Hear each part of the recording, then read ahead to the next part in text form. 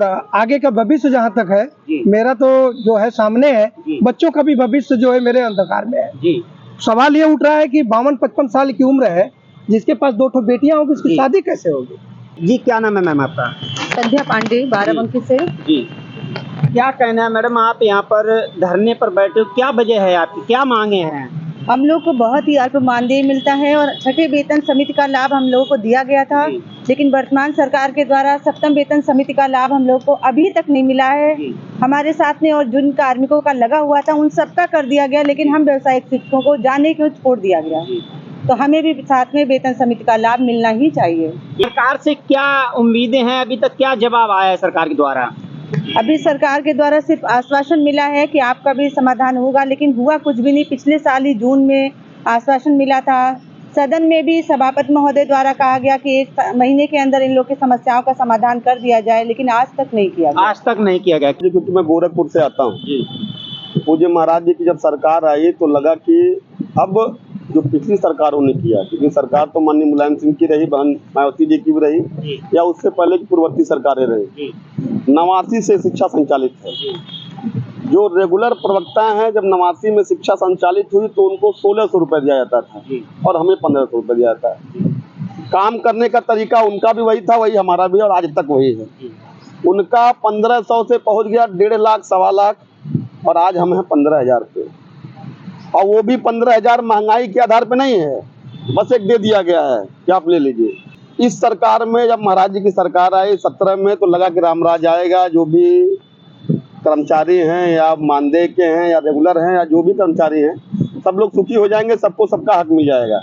लेकिन इस सरकार में पिछली सरकारों से भी भ्रष्ट अधिकारी, अभी कल ही हम लोगों की मुलाकात हुई आदरणीय एसीएस महोदय से, प्रमुख सचिव माध्यमिक दीपक कुमार जी से। साल भर से, क्योंकि मैं संगठन का प्रदेश उपाध्यक्ष भी हूँ, साल भर से हम लोग दौड़ रहे हैं, और साल भर से इधर 4-5 महीने चुनाव रहा। 4-5 महीने चुनाव के 2-3 महीना पहले हमारी फाइल वित्त विभाग से स्वीकृत हुई। आदरणीय प्रमुख सचिव माध्यमिक की हम लोग की बैठक हुई, संगठन की 1 घंटे की बैठक हुई, उसमें कुछ बिंदुओं पर निर्णय लिए गए। उसमें से एक बिंदु प्रमुखता से था कि अगर 6वां वेतन आपको मिला है, और 6वां वेतन हम लोग को मिला है मान जी की सरकार में, तो 7वां वेतन हम लोग को मिलना चाहिए। उसके लिए प्रमुख सचिव माध्यमिक ने, आदरणीय दीपक कुमार जी ने बैठक लिया। बैठक में उन्होंने हम लोगों को आश्वस्त कराया कि आपको ये मिलेगा, लेकिन मिला नहीं। मांग हमारी 4 थी, लेकिन उसमें से प्रमुख मांग थी। और उसके बाद 31 जुलाई 2023 को यही डायरेक्टर कार्यालय, मैं और हमारे कोषाध्यक्ष हैं राम सिंह जी, शाम को 6:30 बजे हम लोग यहीं थे। चाहे डायरेक्टर ऑफिस के एडी महोदय हों, डीडीआर हो या जेडी हो या डायरेक्टर साहब हो, सब लोगों ने कहा कि अब तुम जाओ, अब तुम्हारा काम हो गया। क्योंकि उस दिन मुख्य सचिव की बैठक में 3 संवर्गों को 7वें वेतन में लिया गया था, जिसका प्रमाण हमारे पास, कॉपी दे देंगे। 3 संवर्गों में 1 संवर्ग हमारा था और उसको लिया गया था, यही कहा गया था। और आदरणीय दीपक कुमार जी ने भी कहा उस बैठक के बाद कि आपका काम 15 से 20 दिन में हो जाएगा, जीओ जारी हो जाएगा। उस दिन से लेकर के आज का दिन साल भर से ऊपर हो गया, लेकिन कोई कार्रवाई नहीं हुई। 4-6 महीने से बस यही कहा जा रहा है, फाइल आपकी गोपन में है। गोपन का मतलब गृह विभाग, जहां से होकर के फाइल जाती है कैबिनेट को।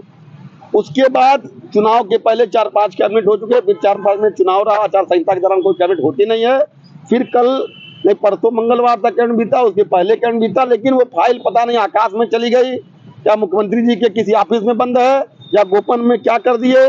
कल हम लोग शिक्षा मंत्री जी के यहाँ गए थे, शिक्षा मंत्री जी ने भी आश्वासन दिया, लेकिन समझ नहीं आ रहा है कि वो फाइल कहाँ चली गई, कहाँ उड़ गई, क्या हो गया।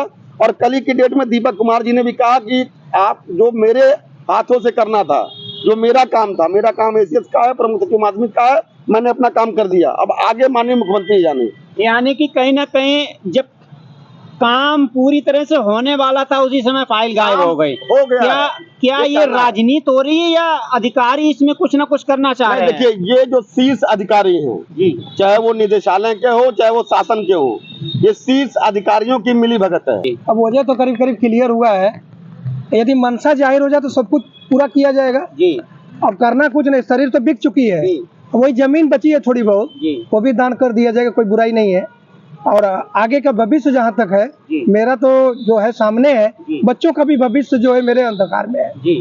सवाल ये उठ रहा है कि 52-55 साल की उम्र है, जिसके पास 2 बेटियां होगी, उसकी शादी कैसे होगी? जी। उसके लिए कौन सा कटोरा हम लोग लेंगे? उसके लिए किस मन से हम बोलेंगे? उसके लिए किस मन से हम सपोर्ट करेंगे? किसका सपोर्ट करेंगे? अभी चुनाव हुआ है, रात दिन करके लगे रहे, जी। इसके बाद भी हमारी ये हालत रही। अभी हमको ज्ञान नहीं हो रहा है कि छोटा सा काम है, पूरे प्रदेश भर में 992 विद्यालय में ये चलता है, जी।